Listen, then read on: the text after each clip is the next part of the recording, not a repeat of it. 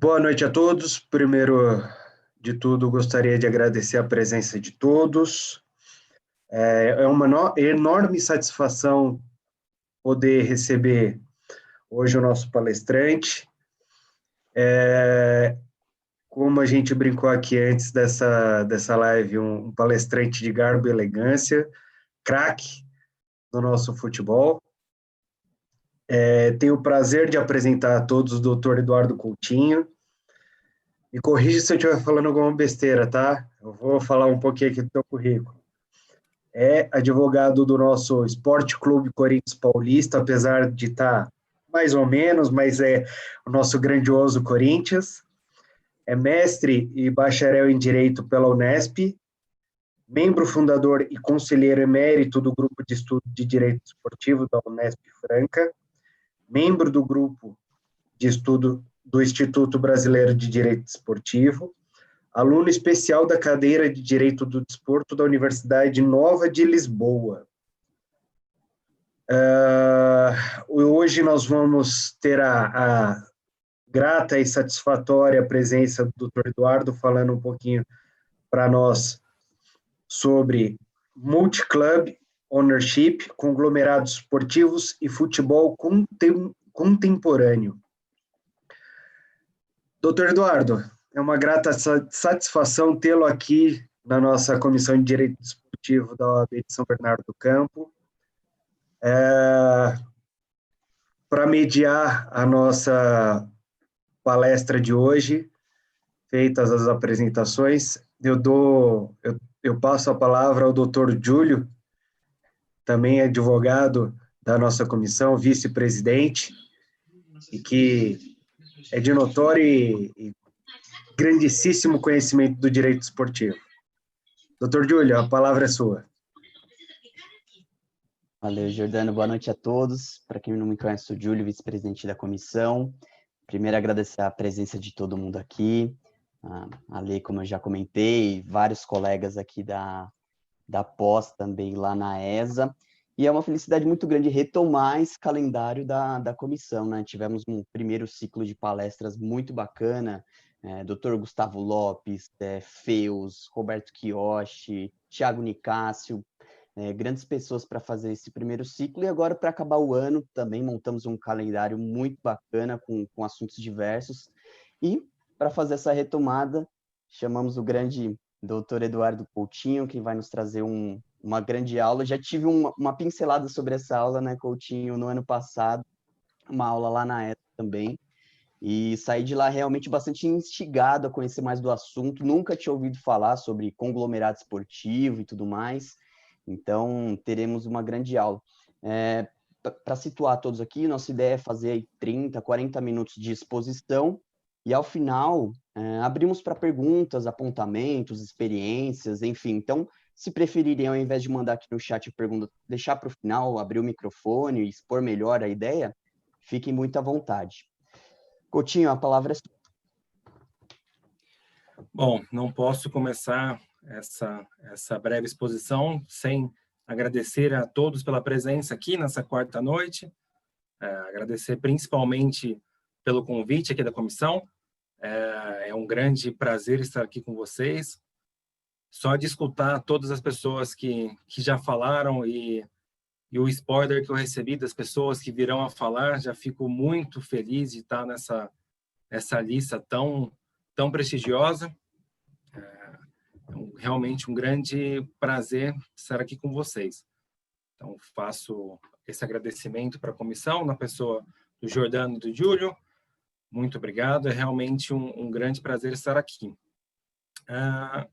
Retomando um pouco o que o próprio Júlio comentou, esse assunto eu apresentei ele de forma breve pela primeira vez exatamente nessa aula na Escola Superior de Advocacia da OAB, da ESA, lá na Liberdade. E o meu contato com esse assunto foi quase que um acaso. Eu estava desenvolvendo a minha dissertação de mestrado e estava falando um pouco sobre o futebol contemporâneo. O meu objetivo era traçar uma linha evolutiva do futebol e demonstrar onde chegamos e o quão complexo ele é. E nesse retrato do futebol contemporâneo, eu quis dar um exemplo sobre como ocorreria uma transferência entre dois clubes da Red Bull. Esse foi o meu primeiro... Começou aí. E aí eu comecei a ler sobre, a estudar sobre, e eu senti uma carência muito grande do debate sobre o multi-club ownership, sobre os conglomerados esportivos. Eu achei muita questão pontual. O que poderia acontecer se dois clubes com o mesmo proprietário se encontrando numa competição? Ou como funciona o mecanismo de solidariedade? Coisas pontuais e não uma análise realmente no âmbito global desse novo cenário do futebol contemporâneo.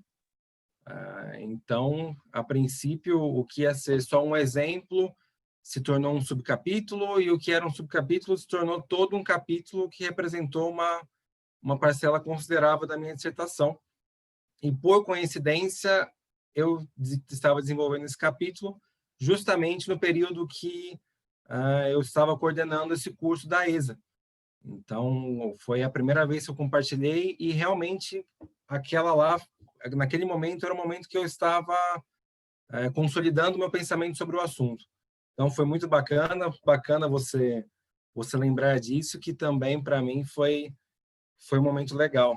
Foi o primeiro contato que eu tive quando eu apresentei essa ideia, foi a primeira vez que eu vi a reação das pessoas. Então, esse momento realmente foi bacana. Bom, sempre antes de começar qualquer exposição, qualquer palestra, eu faço questão de deixar todos os ouvintes, todos os participantes muito à vontade para, a qualquer momento, fazer perguntas. Se algo não ficar claro, por favor, sintam-se à vontade. Eu estou muito mais acostumado com aula do que com palestra, então, para mim, é bem natural. Se eu falar alguma coisa e você não entender, sinta-se à vontade, que eu tento explicar da melhor maneira possível. Bom, aqui para a nossa palestra de hoje, ela é intitulada Multi-Club Ownership, Conglomerados Esportivos e o Futebol Contemporâneo. O futebol contemporâneo, porque essas modalidades de gestão do esporte, de administração do futebol, elas são muito peculiares do futebol do século XXI, do futebol contemporâneo.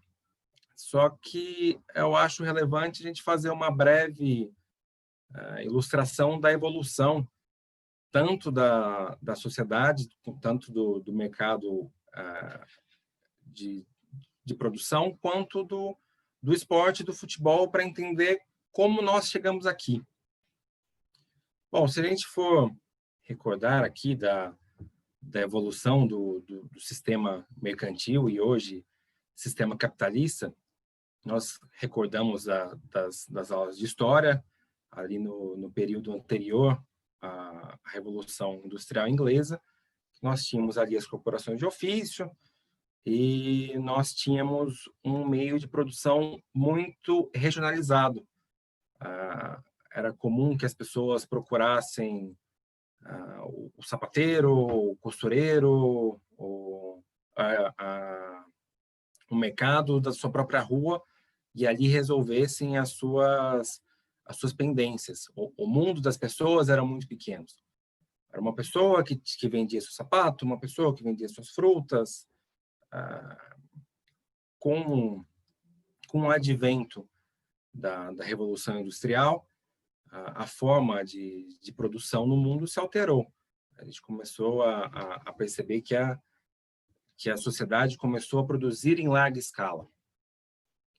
Com o desenvolvimento da tecnologia, primeiro dos meios de transporte e depois dos meios de comunicação, o mundo das pessoas se ampliou. Aquela pessoa que comprava na sua própria rua começou a ter notícia do sapateiro que era destaque no bairro, e esse sapateiro ganhava projeção e virava referência na cidade, com o desenvolvimento dos meios de produção e de comunicação. Logo, empresas se tornaram referências no país, vendiam ali internamente, mas chegando a todas as regiões, até que, inevitavelmente, começaram a surgir as empresas transnacionais. São empresas de operação global, no que hoje nós conhecemos como o mundo globalizado. Essas empresas de produção global, não demorou para que os grandes produtores começassem a diversificar a sua produção.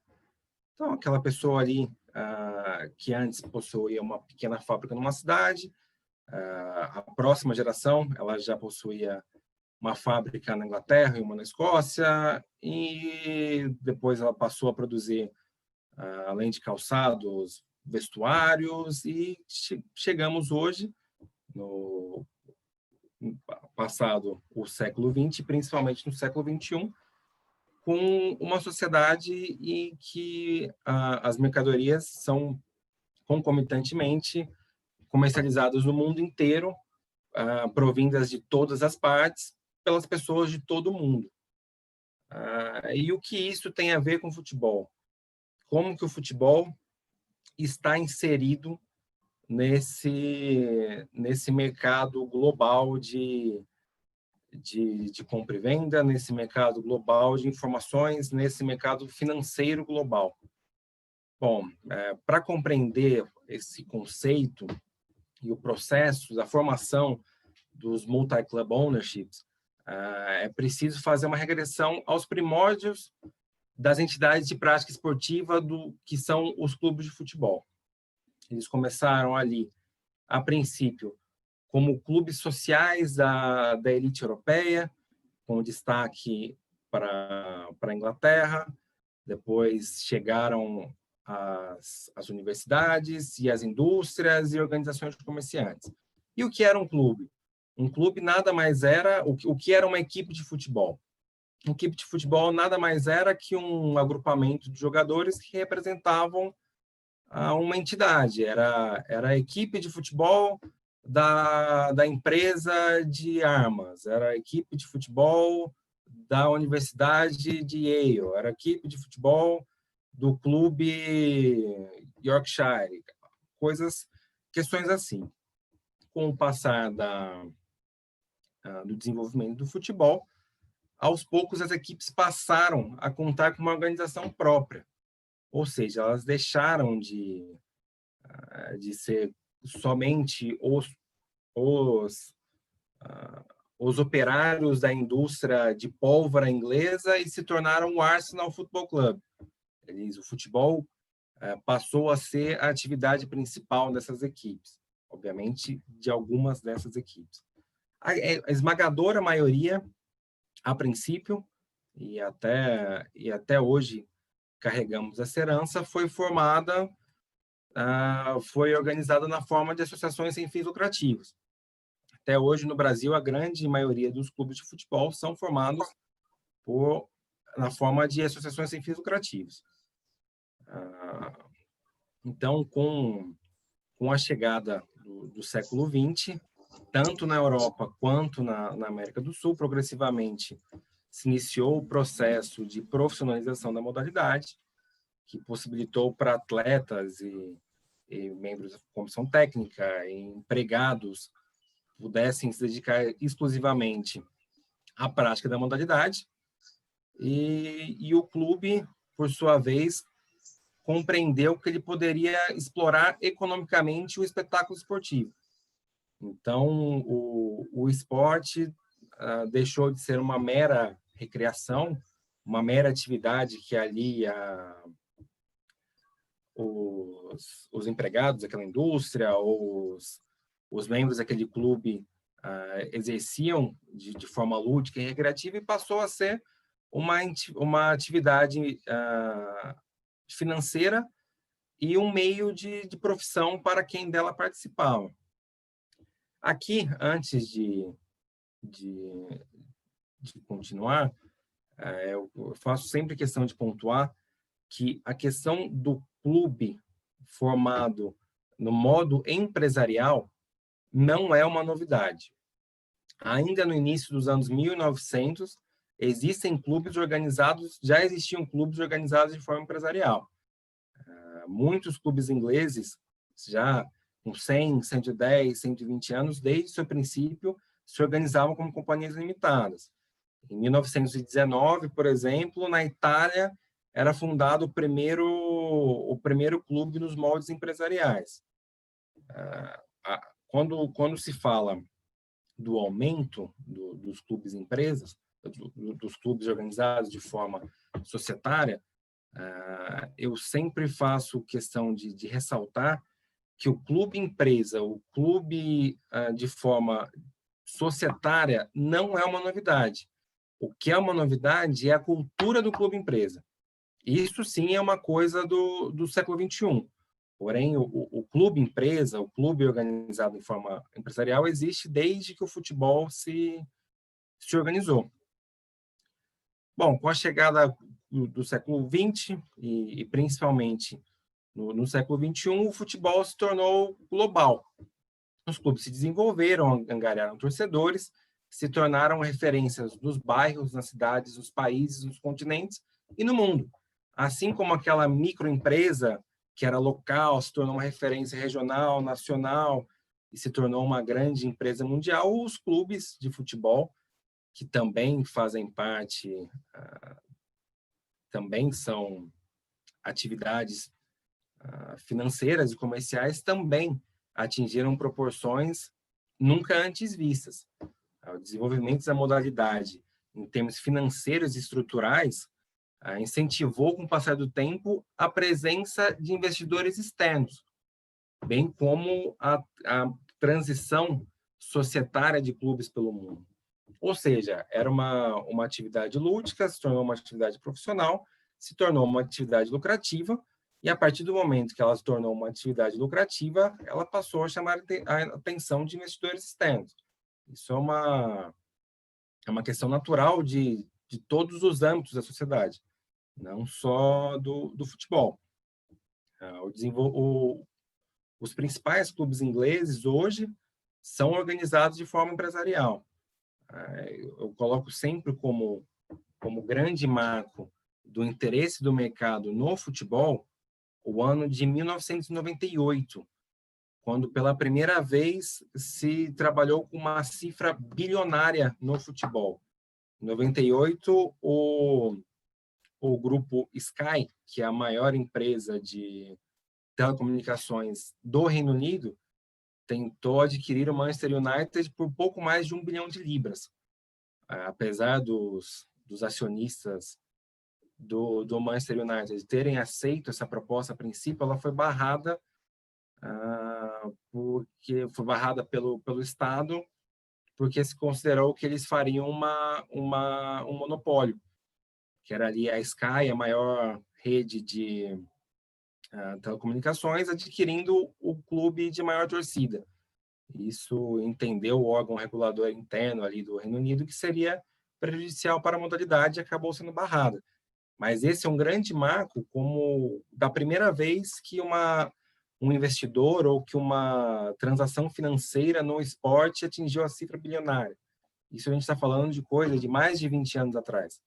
Estamos aqui de 22 anos atrás já. Então, com o passar, com o desenvolvimento da complexidade dos clubes, a gente viu pelo mundo que o próprio Estado, o próprio legislador, começou a compreender o clube de futebol como uma atividade complexa e passou a tentativa de regulá-lo, de criar meios para que esses clubes deixassem de ser associações sem fins lucrativos e entrassem no ramo empresarial. Isso, obviamente, gerando receitas e impostos e um projeto do que a gente escuta há 50 anos e provavelmente vai escutar daqui a 50 anos, projetos de modernização do futebol. E aí que veio a lei espanhola da Sociedade Anônima Desportiva, a lei portuguesa da Sociedade Anônima Desportiva e a Sociedade Esportiva Unipessoal por Cotas, que foram pensadas exclusivamente para clubes de futebol. Então, hoje, se a gente for pensar num panorama global, clubes como o Arsenal, o Manchester United, a Roma, a Lazio, o Borussia, o Benfica, o Porto, o Sporting, a lista é extensa. Eles são sociedades anônimas que negociam abertamente na Bolsa de Valores. Então, você vê que o clube, que pelo mundo, nós temos exemplos de clubes e empresas que têm um nível de desenvolvimento até difícil de imaginar comparado aqui com o Brasil. Então, isso sem contar que clubes com investidores que detêm uma porcentagem relevante do capital social do clube, isso, então, nas grandes ligas europeias, eles são, inclusive, a maioria. Cada vez mais, o exemplo das associações sem fins lucrativos acaba se tornando uma exceção. Eu penso aqui no Real Madrid, no Barcelona, na Espanha, que até hoje se mantém como associações sem fins lucrativos, mas que, se você pega para comparar entre os grandes europeus, eles são realmente uma grande exceção. Bom, o desenvolvimento da modalidade, aliada com o processo de globalização que nós estamos constantemente passando, progressivamente tornou a disputa no esporte mais complexa. Aquilo que, a princípio, era só uma partida entre dois clubes que representavam clubes sociais, escolas, enfim, tornou um confronto de entidades esportivas organizadas, com atletas profissionais, centros esportivos, torcedores, e essa transformação e esse processo de complexidade continua ocorrendo no futebol. Então, por exemplo, quando na Bundesliga o Bayern de Munique enfrenta o Wolfsburg, não é apenas uma disputa entre dois clubes de futebol. O Wolfsburg é integralmente pertencente à Volkswagen, enquanto a Audi tem uma parcela relevante do Bayern de Munique. Então, você vê que ali em campo, além de dois adversários esportivos,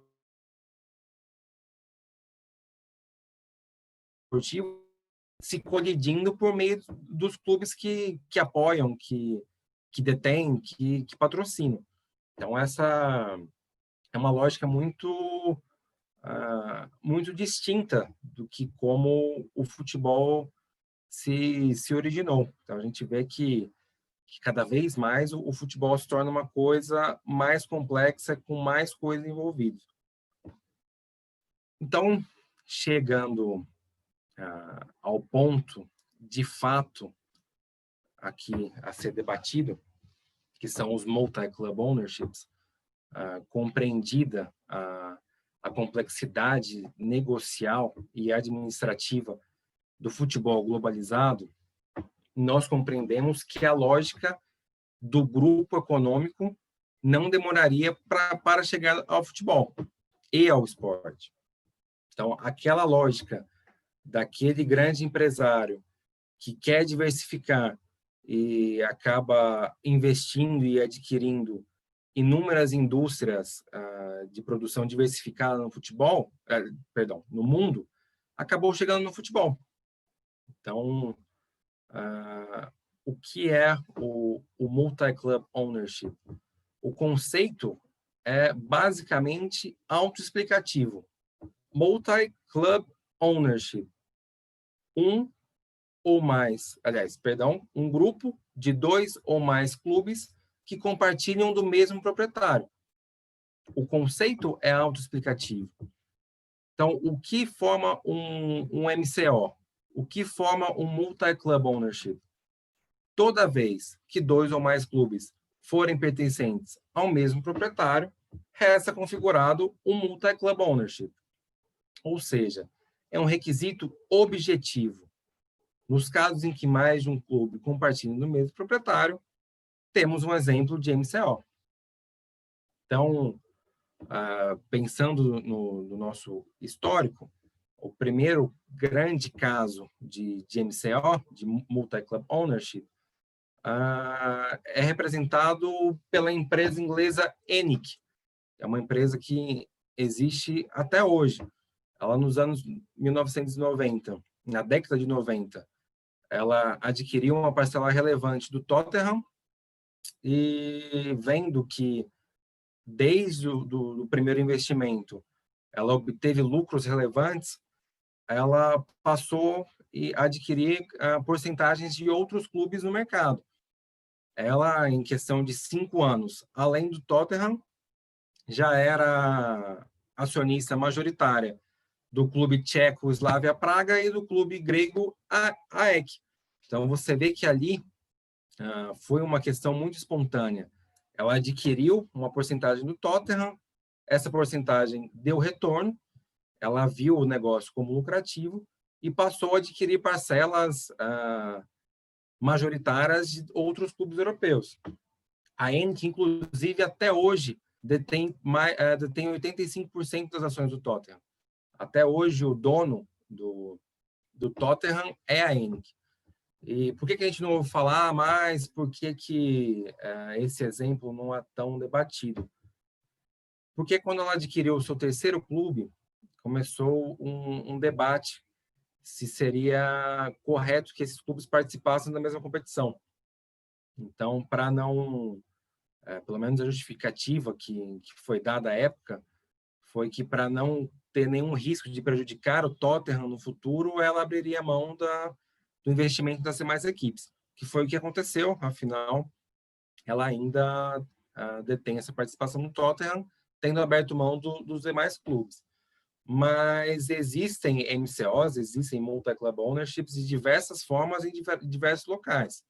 Eu vou dar aqui como exemplo na Ásia. Na Ásia, nós temos o grupo Hyundai, que mantém concomitantemente 2 clubes na K-League da Coreia. A Hyundai detém e mantém o Ulsan Hyundai e o Jeobuk Hyundai, os dois da K-League. Na China, nós temos o exemplo do detém o Jiangsu Suning, na China, e a Inter de Milão, na Itália. Nós temos, ainda na Ásia, ainda de grupos de MCO sediados na Ásia, nós temos o grupo King Power, que é da Tailândia. O grupo King Power, ao mesmo tempo, detém o controle do Leicester, da Inglaterra, e do Leuven, que hoje em dia se encontra na 2ª divisão belga. Saindo da Ásia, a gente pode pensar nos grupos americanos. Nos Estados Unidos, por exemplo, nós temos o grupo KSE.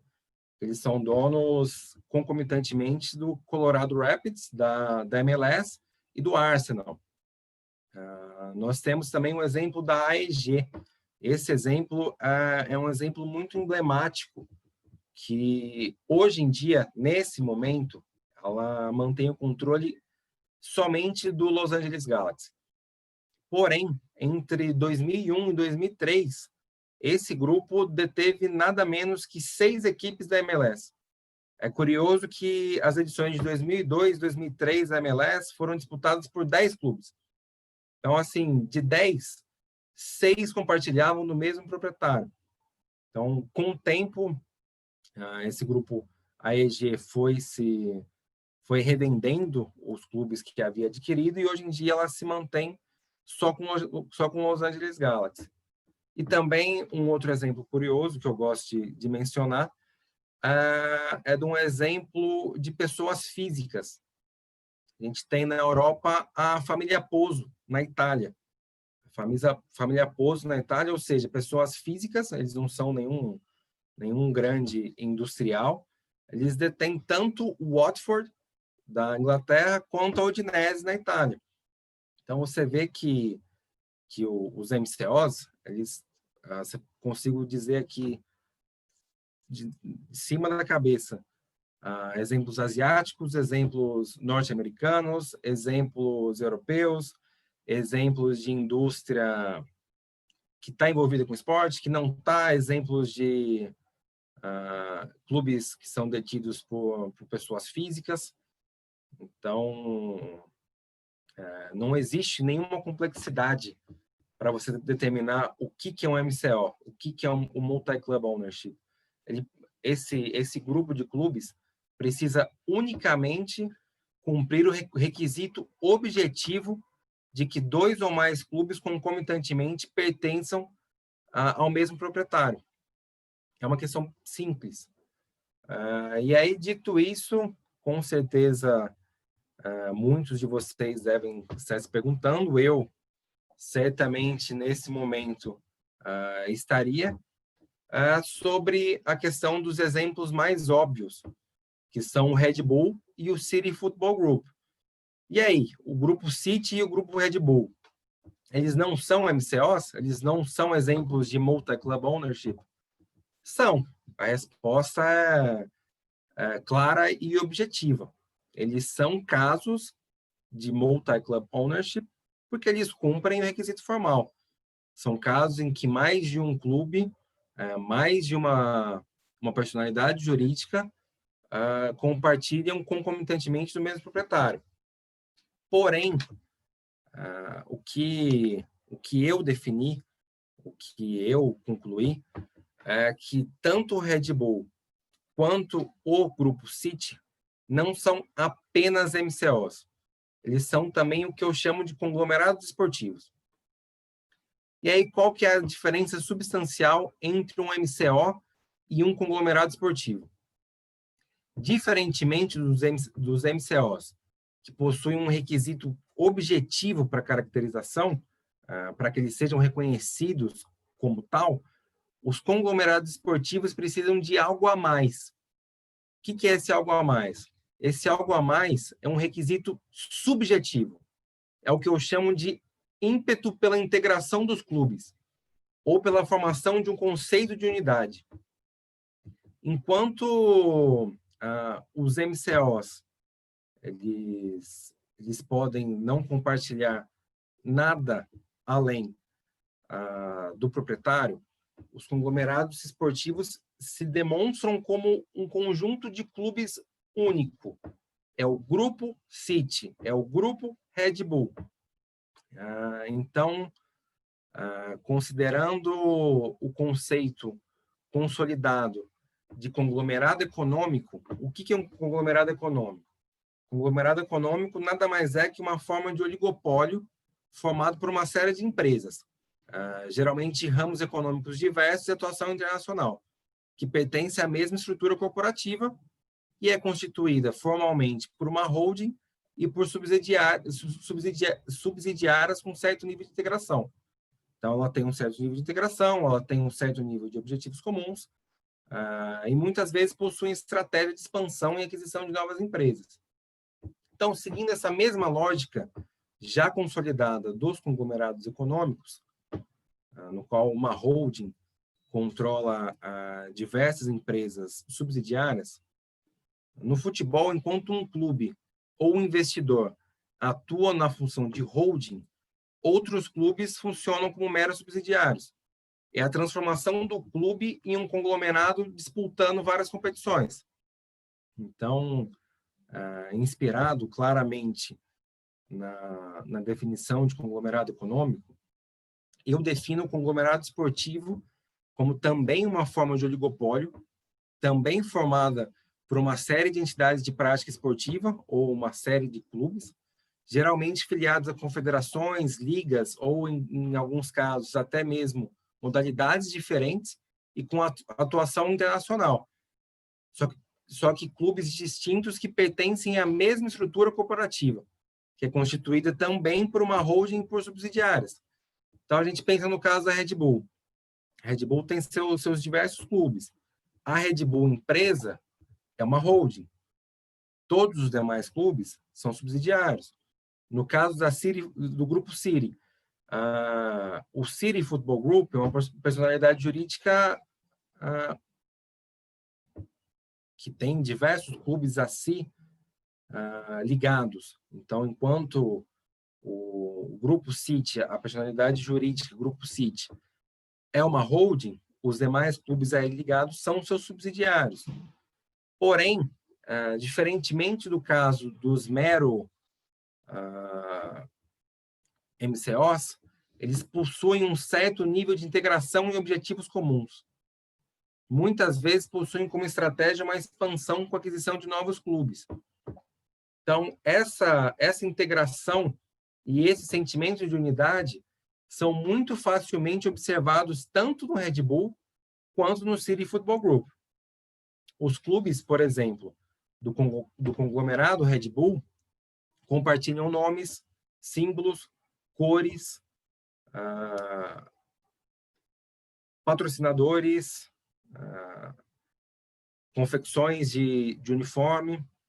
Os atletas do conglomerado podem projetar uma carreira internacional integrada. Tem um exemplo muito legal do Red Bull, que é o caso do atleta Tyler Adams. Ele foi formado, ele cresceu nos Estados Unidos, ele foi formado pelo New York Red Bulls e ele se destacou na MLS e foi contratado para a filial alemã da Red Bull, no RB Leipzig, e foi ele que fez o gol da vitória contra o Atlético de Madrid na última Champions League, que eliminou o Atlético de Madrid nas quartas de final e levou o RB Leipzig para o melhor resultado esportivo da história da Red Bull. Então, você vê o nível de integração. É um cara que foi formado na categoria de base do New York Red Bulls, é um cara que se destacou na MLS, é um cara que fez a transição interna dentro do conglomerado, chegando à Alemanha, e esse mesmo cara fez o gol que classificou o RB para a semifinal da Champions League. O conglomerado da Red Bull ainda, ele promove uma preparação esportiva integrada dos seus clubes. O que isso quer dizer? Um exemplo mais claro é aqui do Red Bull Bragantino, que no último ano, durante a Copa América, ele aproveitou a intertemporada proporcionada pela Copa América, saiu de Bragança Paulista, uma cidadezinha a 1 hora aqui para o interior de São Paulo, e foi fazer a intertemporada na Áustria. Ele ficou hospedado e treinando e se aproveitando da estrutura do Red Bull Salzburg, e durante o período ele aproveitou para fazer amistosos com equipes da Hungria, Bulgária, Polônia, enfim, do leste europeu, antes de retornar aqui para o Brasil e ser campeão com folgas da Série B daquele ano. Essa unidade dessa condução do conglomerado esportivo Red Bull é tão grande que até os estádios construídos pela empresa compartilham do mesmo nome, a Red Bull Arena, e compartilham da mesma estrutura arquitetônica. Se você visitar o estádio da Red Bull em Nova York, em Salzburg ou em Leipzig, você vai ver que eles apresentam uma estrutura arquitetônica semelhante. Hoje em dia, o conglomerado esportivo Red Bull possui 5 clubes em 3 continentes. Se a gente pensar agora no City, a gente percebe também que o seu método de expansão e de integração é ao menos tão agressivo quanto o da Red Bull. Em maior ou menor escala, os clubes do conglomerado esportivo City, em especial aqueles que o City possui o controle majoritário, compartilham da alcunha City em seus nomes, além de adotarem a cor azul claro, que é comum do Manchester City. Inclusive em alguns exemplos onde se alteraram cores e nomes de clubes adquiridos. Eu cito aqui, por exemplo, o Melbourne Heart, da Austrália. Era um clube que utilizava as cores vermelho e branco nos uniformes, tinha essa alcunha Heart, e após ser adquirido pelo City, passou a se chamar Melbourne City Football Club e adotou o uniforme idêntico ao Manchester City. A mesma coisa aconteceu aqui na América do Sul. O Clube Atlético Torque, do Uruguai, foi adquirido pelo pelo Grupo City, e poucos meses depois passou a se chamar Montevideo City Torque e adotar o uniforme com o mesmo padrão do Manchester City. Então, os clubes do conglomerado ainda adotam um idêntico programa de formação de atletas, o que fomenta aí um conceito de um só futebol. É um só futebol praticado em diversos pontos. Então, se você for acompanhar um mês na categoria de base do New York City Football Club, você vai ver que a metodologia adotada é exatamente a mesma do Manchester City Football Club. Eles são clubes que formam atletas em unidade em diversos pontos do mundo, mas o conceito e a gestão dos clubes irmãos são idênticas. A proposta de formação dos atletas integrada é tão grande que até mesmo o projeto arquitetônico do centro de treinamento, de todos os centros de treinamento construídas pelo City Football Group, são com o mesmo arquiteto. Eles contratam um arquiteto uruguaio chamado Rafael Vignoli. Então, basicamente, sempre que o Grupo City vai construir um centro de treinamento, eles fazem uma questão tão grande dessa padronização que é sempre com o mesmo arquiteto. E se você for pensar no âmbito da torcida, no âmbito dos espectadores, tem uma questão muito, muito marcante do Grupo City, que eles, através do programa de sócio-torcedor Citizen, você pode escolher uma modalidade que você simplesmente tem acesso aos jogos de todos os clubes conglomerados. Então, eu sou sócio-torcedor, eu escolhi essa modalidade aqui pelo mundo, e eu posso ir no jogo em Nova York, em Melbourne, em Montevideo, em Manchester. Então, você percebe que, inclusive, a venda do produto para a torcida, para os espectadores, ela é una. Ela é vendida como uma coisa só. Então, e o Grupo City, ele é inclusive maior do que o Red Bull, o conglomerado City Football Group. Hoje em dia conta com 10 clubes em 5 continentes. Então, assim, mesmo refletindo no universo específico dos MCOs, que já é pequeno, não me parece compatível a proposta dos MCOs, os simples MCOs, com as propostas dos conglomerados esportivos. Por exemplo, na contramão completa do que faz o Red Bull e o City, o grupo Hyundai, apesar de ter 2 clubes na K-League, apesar dos 2 clubes adotarem o nome Hyundai em seus nomes, ele não promove qualquer tipo de contato, de unidade ou de integração entre eles.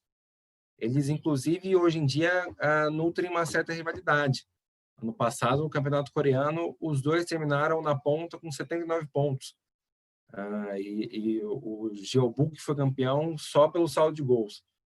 Então, você percebe que ali não existe uma amizade, não existe o conceito de clubes irmãos. Eles simplesmente pertencem ao mesmo proprietário, mas são clubes absolutamente independentes. O mesmo exemplo pode ser colocado para os clubes da família Pozzo.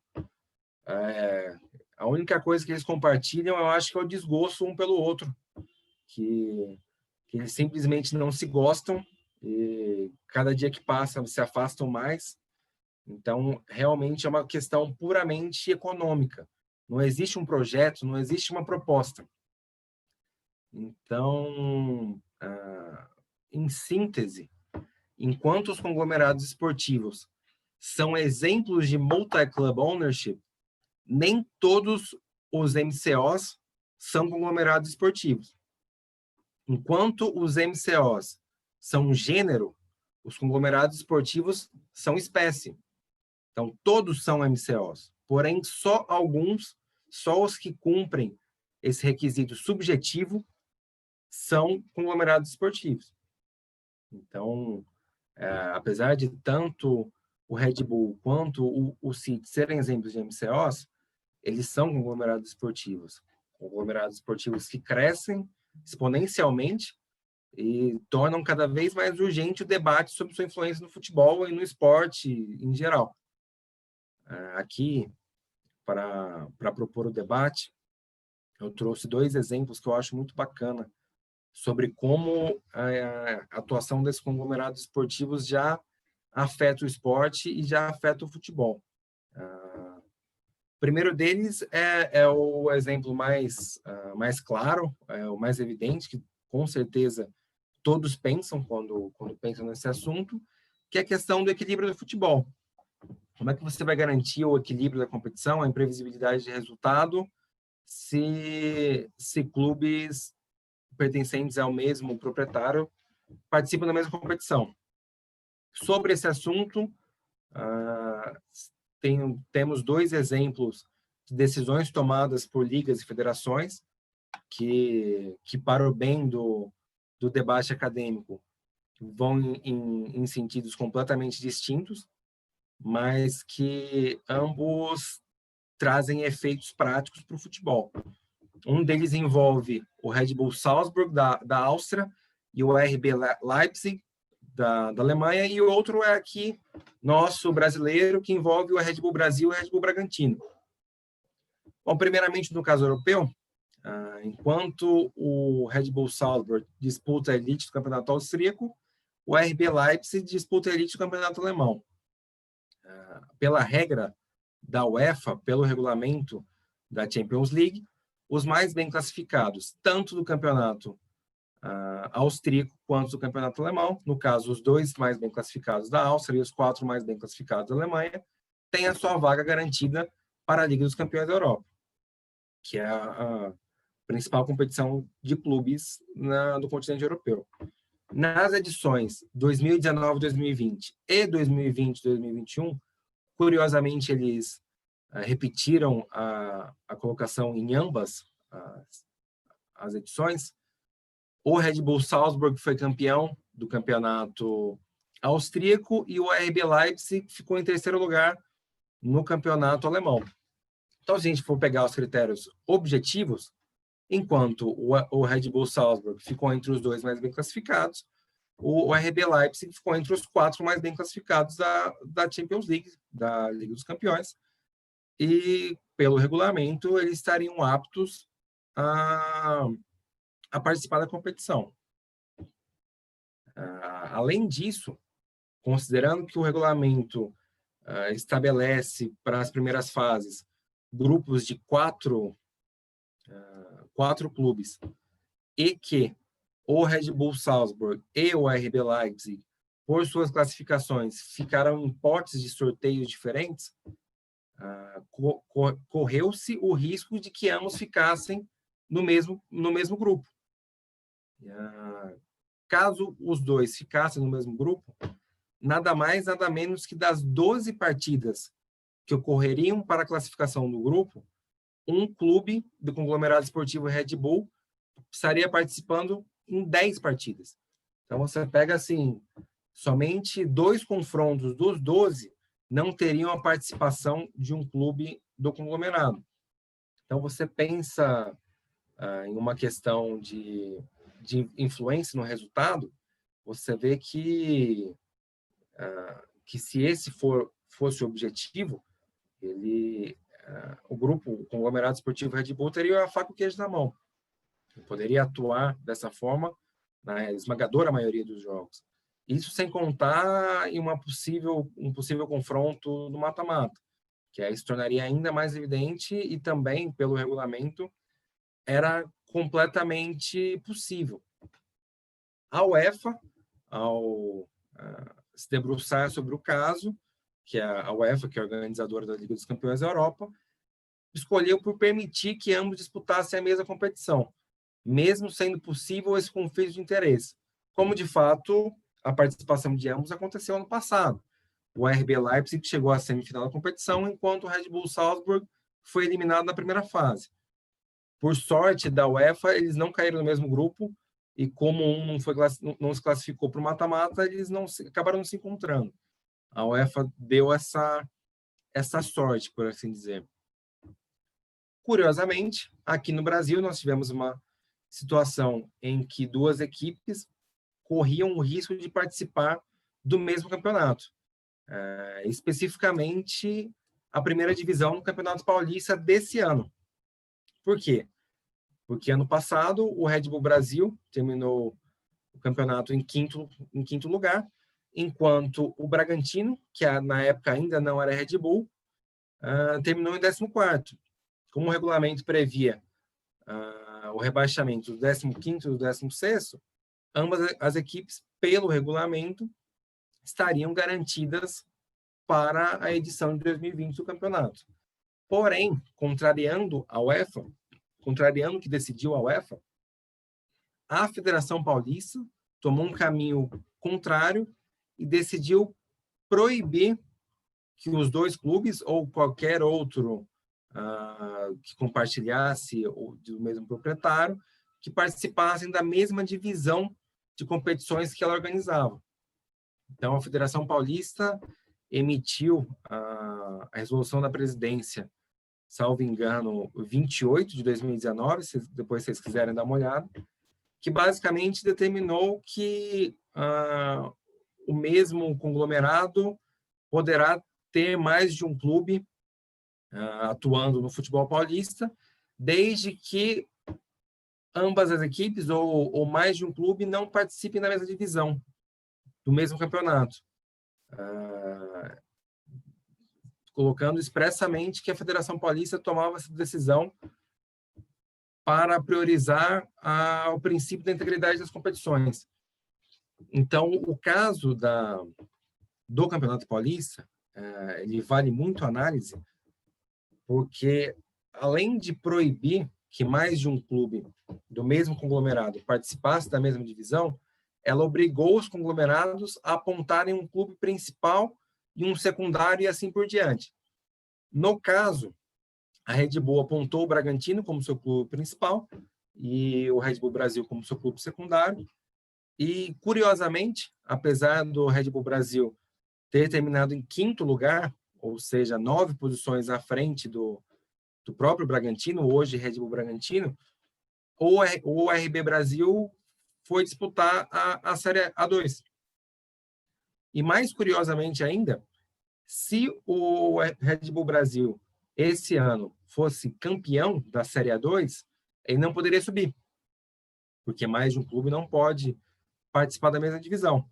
E ainda o exemplo mais emblemático de todos, que eu acho incrível, no caso do Red Bull Bragantino, terminando em último colocado da Série A1 e o Red Bull Brasil terminando em primeiro colocado da Série A2, automaticamente o Red Bull cairia para a Série A2 e o Red Bull Brasil para a Série A3. Porque o clube principal precisa estar sempre acima do clube secundário. Então, a gente percebe que a decisão da Federação Paulista e da UEFA, cada uma da forma que bem entendeu, preferiu priorizar um princípio do esporte, enquanto a Federação Paulista protegeu o princípio da integridade das competições, a UEFA optou por proteger o princípio da pro competizione. A pro competizione, como vocês devem saber, é aquele princípio que preza pela continuidade e estabilidade das competições, que ela preza, ela protege os resultados obtidos em campo. Ou seja, ela prioriza o resultado do campo ao invés do burocrático. Então, a UEFA, ao permitir que ambos os clubes da Red Bull participassem da Champions League, ela consagrou o princípio da pro competizione ao permitir que os resultados esportivos, ou seja, o primeiro lugar na Áustria e o terceiro lugar na Alemanha, se fizessem valer para a edição da Champions League. Por outro lado, a Federação Paulista, ao optar pela proteção do princípio da integridade da competição, ela afastou critérios técnicos e objetivos de resultado, mas ela priorizou uma decisão estratégica burocrática. Ou seja, ela entendeu que consagrar o princípio da integridade das competições, ou seja, afastar esse risco de uma possível manipulação de resultado ou uma possível jogo conjunto entre dois clubes de irmãos, era mais importante do que consagrar o resultado obtido em campo. É sempre complicado analisar certo ou errado ou analisar se a decisão foi acertada ou não quando se trata de conflito de princípios. Se você analisar tanto a justificativa tanto da UEFA quanto da Federação Paulista, você percebe que elas são absolutamente plausíveis e fazem todo sentido. É uma questão que não existe muito certo ou errado. Mas o que eu destaco aqui é que, apesar dessa modalidade dos conglomerados esportivos serem uma questão que já existe há mais de 10 anos no futebol, as entidades de administração do esporte, as ligas, as federações, elas fazem de tudo para evitar esse assunto. Elas fazem de tudo para tomar uma decisão pontual ali quando corre o risco de mais de uma equipe se enfrentar. Eu sinto que existe uma resistência muito grande para tratar desse assunto com toda a sua complexidade. E aí a gente acaba tendo decisões distintas, com justificativas distintas e igualmente válidas. Então, a questão da integridade das competições, a questão da Procompetizione, é só mais um elemento que justifica a urgência do debate mais aprofundado pela academia dessa questão dos conglomerados esportivos. Como paralelo, eu coloco o caso da Fórmula 1. O caso da Fórmula 1, em 2004, a Red Bull passou a controlar a equipe, que é a sua primeira equipe, que foi a Red Bull Racing, que é a atual Aston Martin Red Bull. Em 2006, ela adquiriu a Minardi, que rebatizou de Toro Rosso, que hoje em dia é a AlphaTauri. É lógico que na Fórmula 1, por ser uma competição privada e absolutamente apartada da lógica esportiva, é muito mais fácil de você tomar decisões. No caso da Fórmula 1, a segurança jurídica e esportiva é muito maior do que no futebol. Ali são decisões que tratam do assunto de uma forma complexa, realmente compreendendo a sua complexidade e compreendendo que não bastam decisões pontuais para a sua regulação. E aqui, para encerrar, a última coisa que eu quero pontuar de um efeito prático dos conglomerados esportivos é justamente a forma que o futebol é apresentado para o consumidor, para o torcedor. Os conglomerados esportivos, eles tentam ou eles estimulam uma nova forma do conceito de torcer. Eles propõem que os clubes, que os torcedores passem a torcer para um grupo. Eu torço para o Corinthians, beleza. Eu torço aqui para o Manchester City, para o New York City, para o Melbourne, para o Girona. Os próprios conglomerados, eles se vendem como um só. E isso agrega muito mais valor ao produto. É óbvio que aqui alguma pessoa pode levantar a questão que os torcedores que a gente vulgarmente chama de mistos aqui no futebol brasileiro já existem há muitos anos. E é verdade, eles sempre existiram. Você pode, por exemplo, ir lá para a Feira de Santana, conhecer um cara que vai torcer para o Fluminense de Feira, que é o time do seu time local, vai torcer para o Bahia, que é o time estadual, e também vai torcer para o Flamengo. E na Europa torce para o Barcelona porque ele gosta do Messi. Como também você pode ir para o Mato Grosso do Sul, vai lá para Dourados, conhece um cara que vai torcer para o Operário de Dourados, para o Operário de Campo Grande, torce para o Corinthians e torce para a Juventus porque ele gosta do Cristiano Ronaldo. Só que você percebe que esses torcedores mistos, eles cultivam uma simpatia, ou eles oferecem a sua torcida por uma questão pessoal e um vínculo afetivo. Então, eu torço pro Operário de Dourados porque eu moro no bairro deles, eu torço pro Operário de Campo Grande porque meu pai torcia pro Operário, eu torço pro Corinthians porque quando eu era criança eu ganhei essa camiseta, e eu torço pra Juventus porque eu gosto muito do Cristiano Ronaldo. É diferente de você torcer em grupo. Um torcedor misto, ele é simplesmente um torcedor de vários clubes. Um torcedor do conglomerado, ele é um torcedor do conglomerado. Ele torce pro New York Football Club porque ele sabe que o sucesso esportivo da filial dos Estados Unidos vai trazer retorno financeiro para o conglomerado, que vai servir de aporte para o Manchester City, que é o clube principal. O torcedor aqui do Red Bull Brasil vai torcer para o sucesso do Salzburg, porque o sucesso do Salzburg vai trazer maior investimento no centro de treinamento deles, e o Bragantino aqui na pré-temporada vai lá treinar. É diferente no futebol ou no esporte em geral. A gente sempre teve muito enraizado o conceito de disputa. Você disputa, você não tem um irmão, você não tem um parceiro, você não torce pelo sucesso de vários clubes como um grupo. Então, no caso do sucesso desses conglomerados, a gente percebe que até a coisa mais pura do futebol, até a coisa mais simples, que é a torcida, que é uma coisa que qualquer um pode fazer, sem qualquer tipo de compromisso, é uma coisa assim, você não precisa entender de futebol, você não precisa investir no futebol, você senta na frente do sofá e torce.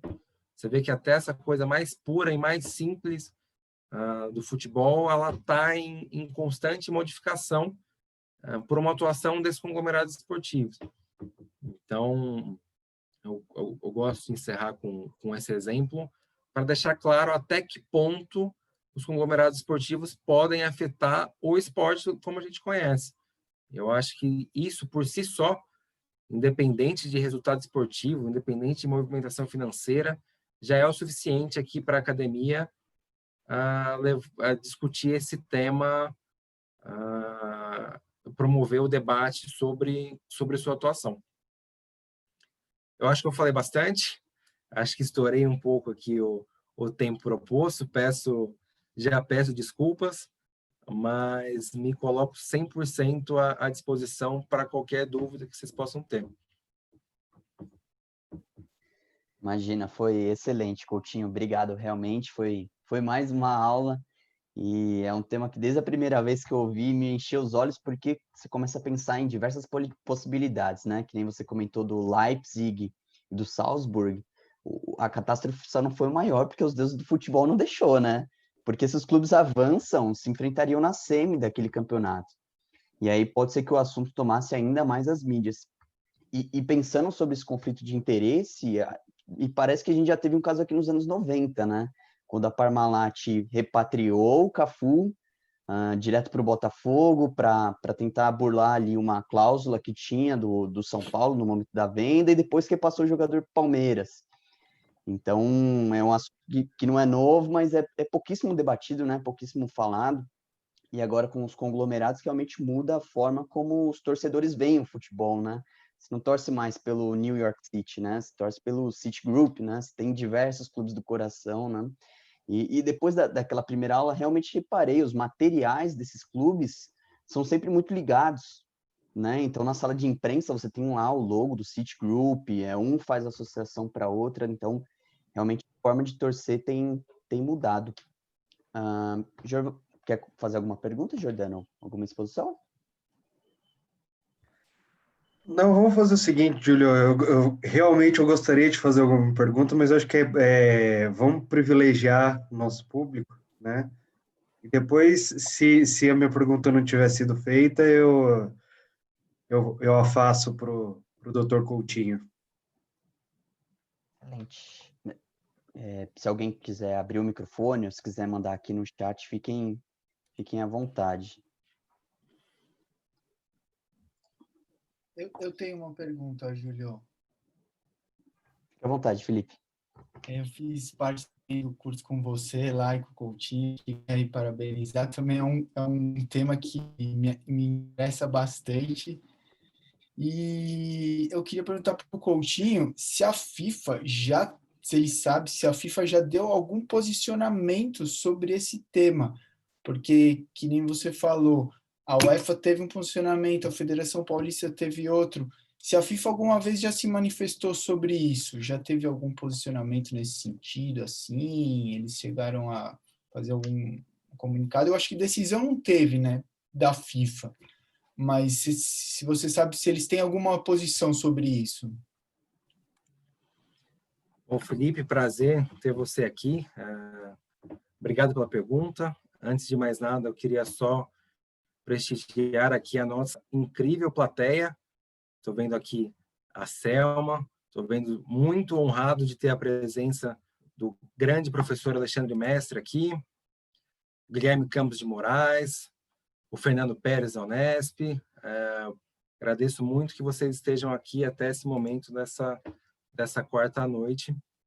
E respondendo a sua pergunta, não, não há nenhum posicionamento formal. A decisão mais, digamos assim, superior realmente foi da UEFA, uma decisão de uma entidade continental. Então, até o momento, em última análise, a gente fica com a decisão da UEFA mesmo. A FIFA não se posicionou formalmente.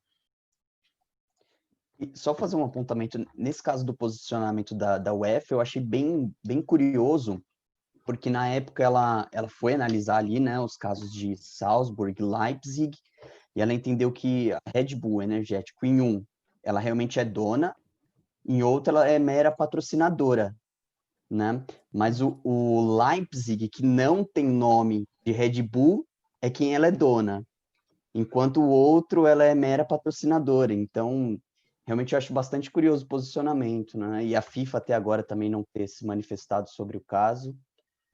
Acho que isso só vai tomar maior proporção quando de fato se enfrentarem em algum campeonato, né? Não sei sua opinião também. Perfeito, perfeito. Essa é uma questão bem técnica. Eu, inclusive, recomendo a leitura da decisão da UEFA, ela é pública, vocês vão encontrar no site. Realmente, ela considerou essa questão de que, no caso do RB, seria um patrocinador, que eles não configuraria o mesmo proprietário. Na realidade, eu não discordo da decisão final, porém eu discordo com todo respeito da fundamentação. Eu acho que a própria Red Bull ela deixa bem claro que ela está ali maquiando com um patrocínio, e a UEFA, ao meu ponto de vista, meio que comprou essa ideia, mas eu confesso ter uma grande dificuldade de não compreender como uma coisa só. Mas, realmente, muito bem pontuado que na decisão isso foi mencionado mesmo, que um dos fatos que não traria esse prejuízo, não traria esse prejuízo à imprevisibilidade do resultado, realmente seria que no caso, um seria patrocinador e outro seria proprietário. Bacana. Mandaram algumas perguntas aqui no chat. A primeira é do Fernando Melo. A questão do conflito de interesses se aplica na Espanha também, nos casos Real Castilha, Real Madrid, Barça A, Barça B, que não podem disputar a mesma divisão? Ótima pergunta do Fernando Melo.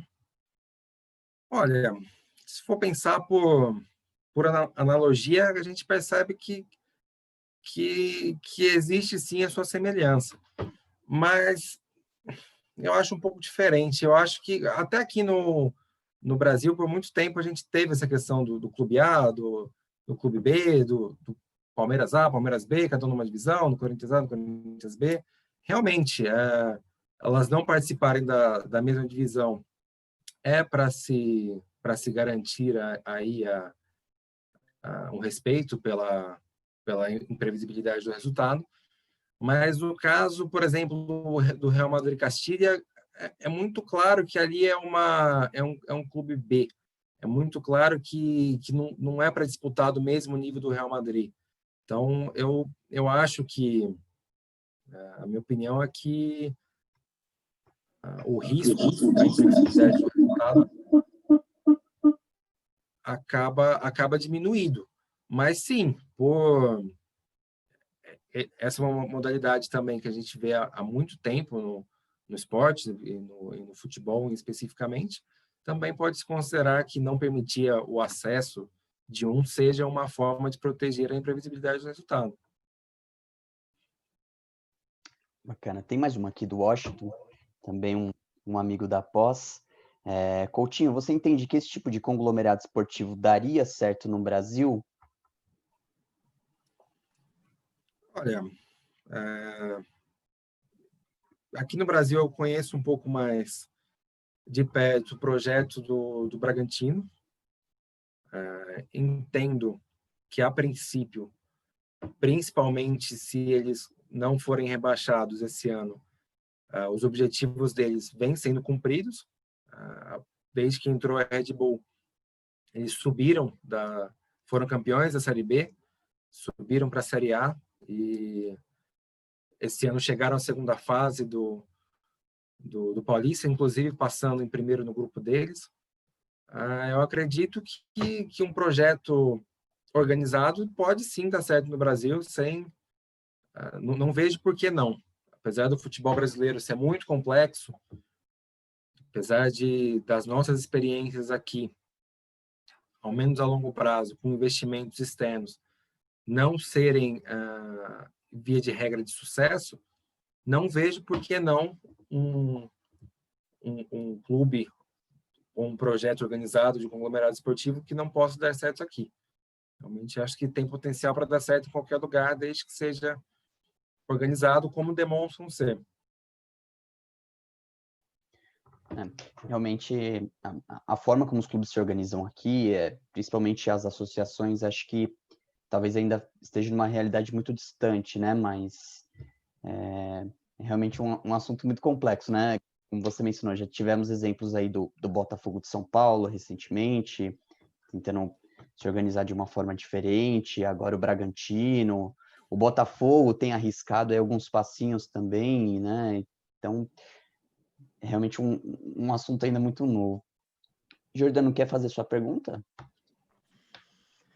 Gostaria, sim. Primeiro, eu gostaria de parabenizar pela palestra, porque vou ser muito honesto, é uma temática que eu não conhecia, e assim, em cada exemplo que você dava, em cada situação que você evidenciava, surgia um ponto de interrogação que se tornava de exclamação, do tipo, putz, é mesmo.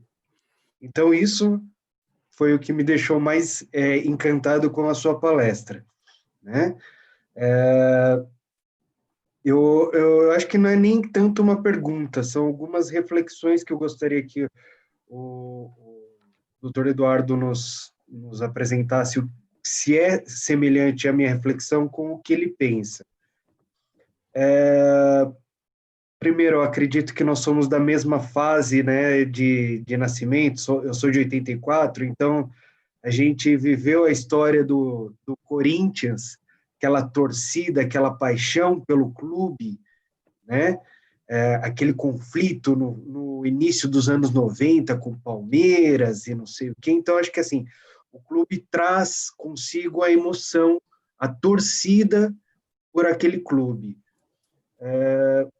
Você acha que seria viável, por exemplo, qual é o seu pensamento? Porque quando nós pensamos num conglomerado, como foi dado diversos exemplos, né?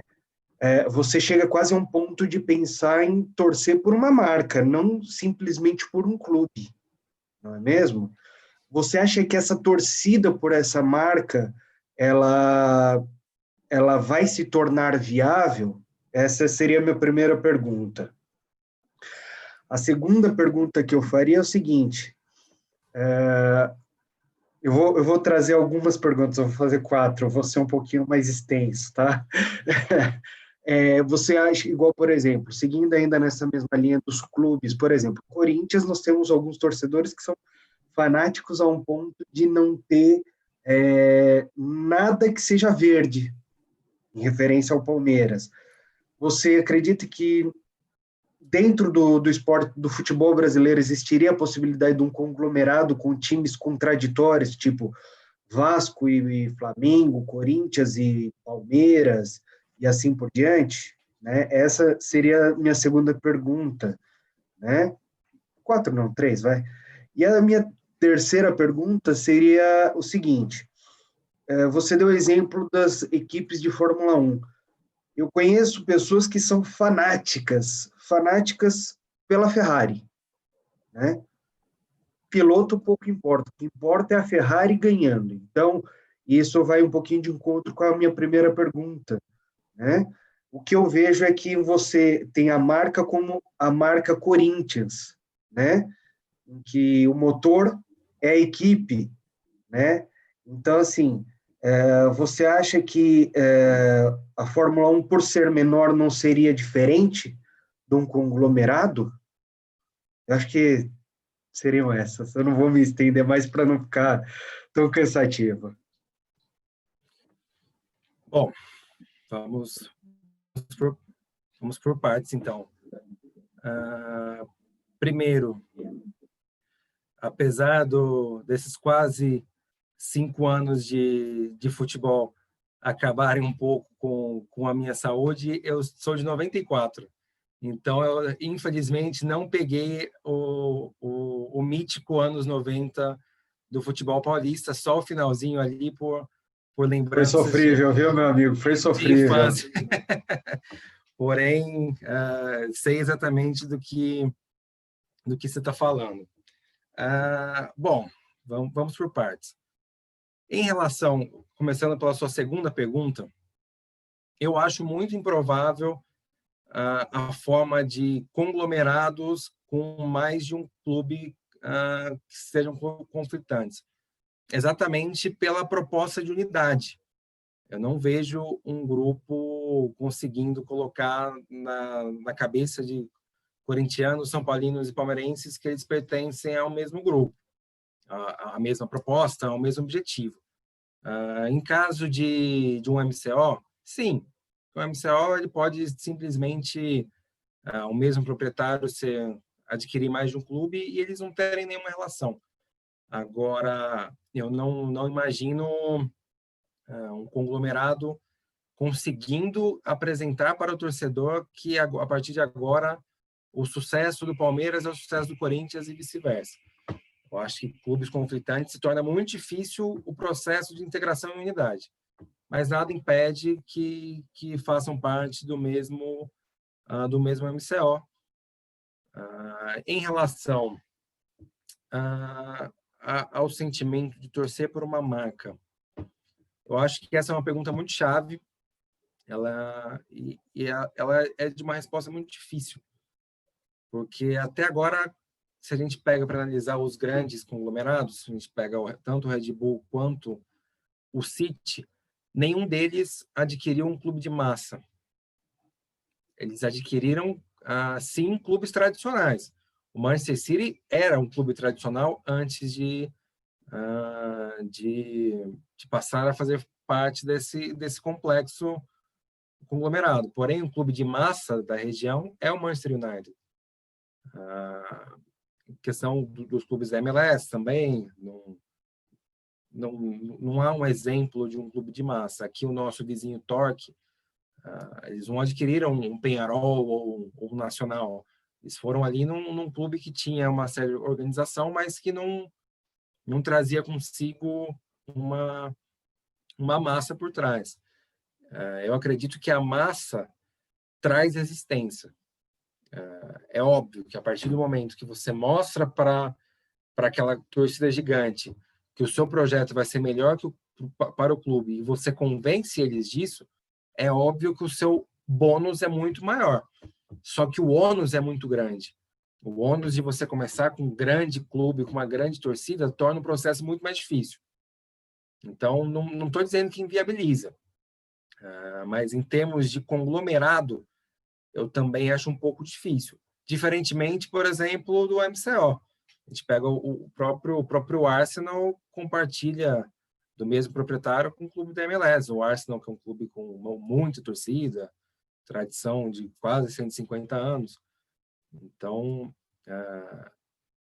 quanto maior for a torcida e quanto maior for a identificação da torcida com o clube, mais difícil é de você diminuir a relação com o clube e promover a relação com o conglomerado. Eu acho que isso é bem proporcional. Quanto mais... Vou utilizar aqui a palavra neutro. Quanto mais neutro for o clube, mais fácil vai ser o processo de integração. Em relação à Fórmula 1, eu acho um exemplo bacana, porque ele traz uma coisa que ocorre agora, que tem as suas semelhanças, porém a Fórmula 1 a gente sabe que é um mundo apartado, né? É uma competição 100% privada, que a maioria das decisões são tomadas ali pelo bem-estar financeiro da própria competição. Então eu acho que na Fórmula 1 dá certo. Na Fórmula 1 essa decisão foi tomada há tanto tempo e tanto sem protesto, justamente por isso, porque ela é muito menor. Fórmula 1 ali você precisa conciliar o interesse de 20 grupos. É uma coisa assim, absolutamente desproporcional quando você pensa num futebol. Então, claramente, facilita. Perfeito, perfeito. Te agradeço pelas tuas respostas. Que é isso. Excelente. Bom, não temos mais perguntas aqui no chat. Coutinho, só tenho que te agradecer pela aula.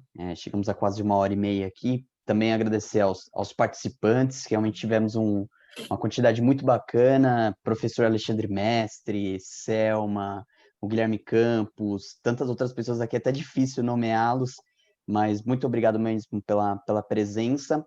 Reiterar aqui que nossos eventos vão acontecer periodicamente, todas as terças, às 19 horas. Aliás, terças a cada 15 dias, então uma terça sim, uma terça não. Temos ainda convidados muito bacanas. Acompanhem o site da OAB, divulgaremos em nossos perfis também. Agradecer aqui ao Felipe e ao Roberto Kioshi, que são membros também da comissão.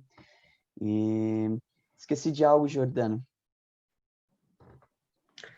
Eu acredito que não, acho que só é interessante a gente marcar a temática da próxima palestra. Nós vamos falar sobre algo que, de uma forma ou de outra, está interligado com essa nossa palestra de hoje, que é a recuperação dos clubes, né? Que eu acho que é de extrema importância e que vem complementar em determinados aspectos aquilo que o nosso caro doutor Eduardo está nos trazendo, né? Gostaria também de agradecer a presença de todos os nossos colegas, amigos, familiares e todos que nos prestigiaram hoje, que nos deixa muito feliz. Coutinho, quer deixar seus contatos? Sim, perfeitamente. Eu costumo terminar até aqui. Mandar no chat também. Isso, estou mandando aqui no chat, tanto o meu LinkedIn, quanto para os mais modernos, o meu Instagram. Por favor, sintam-se à vontade, pode adicionar, pode mandar pergunta, pode mandar texto. Se não gostou, pode criticar também. Tá tudo certo, fiquem à vontade. Eu só para encerrar, vou agradecer mais uma vez pelo convite. Vou parabenizar vocês pelo trabalho aqui da comissão, pelo que o Júlio me adiantou. Os próximos convidados são gabaritadíssimos, tenho certeza que que vão ser ótimas exposições. Pretendo estar aqui presente acompanhando. Agradeço novamente, permaneço sempre à disposição para evento, para conversa, o que vocês quiserem, eu estou aqui disponível. Agradeço mais uma vez pelas presenças de tanto prestígio. Novamente a Selma, o Alexandre, o Guilherme Campos, aqui o Fernando, tanta gente, o Felipe de Ribeirão também, tanta gente bacana. Vou deixar aqui também a menção para os meus pais que estão assistindo. Ali a Adriane Coutinho, no caso, é minha mãe, ela e meu pai acompanharam aqui um evento também. E agradeço mais uma vez pela oportunidade de ter conversado com vocês. Obrigado, Coutinho. Obrigado a todos. Até a próxima.